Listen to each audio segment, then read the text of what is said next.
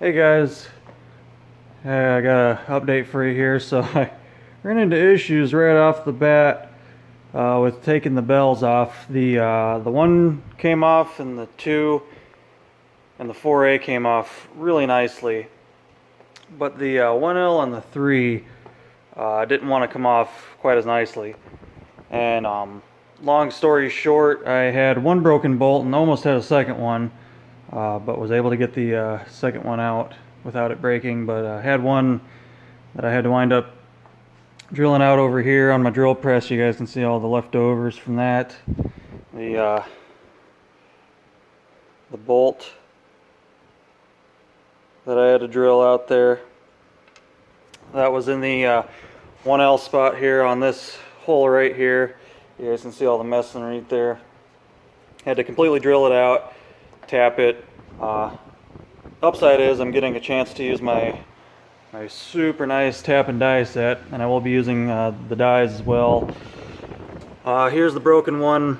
Would have been a little bit easier, but it broke off right at the manifold. If it would have broke off up here somewhere, I could have got it out without drilling it, but it was down too far to where I couldn't hold it in the vise. So, oh well, had to drill it out. And that's done. Already tapped it. Retap both holes. I'm going to tap all the holes just to make sure they're clean, especially the 3 spot here, because this bolt almost broke trying to get it out, and it took some of the thread material with it. So I believe that was this one right here. You guys can see where it wanted to grab on and started taking some of the material with it. So this one almost would have been a broken one, but I was able to turn it back and forth and slowly and work its way out. So that's where we're at with this. Kind of a pain in the ass, but at least it's taken care of now, and I can get all the bells off the manifold. I have new bolts in here right now, just making sure that everything, all the threads are still good after retapping. The bells on there really good. So that's our first official update on this project. Kind of a rough start. Hopefully the back cap bolts and the diffuser ring bolts don't give me any headaches. But we'll see. We'll see how it goes. So that's our first major update. Just drilled out a broken one. I'm going to try to run a die on this. I don't know how well that stuff's going to come out.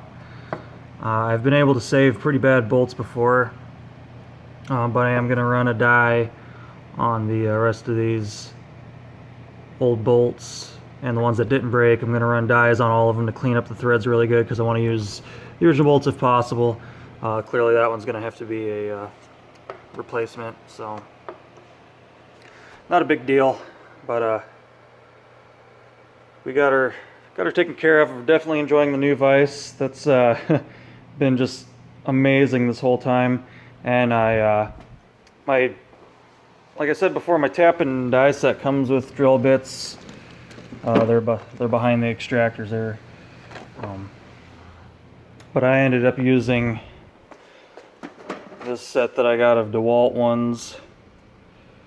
Worked out pretty good. I just slowly stepped it up. Started with a small one to poke a hole through, and then just slowly got bigger and bigger and bigger till it was thin enough to where I could just pry it out of there.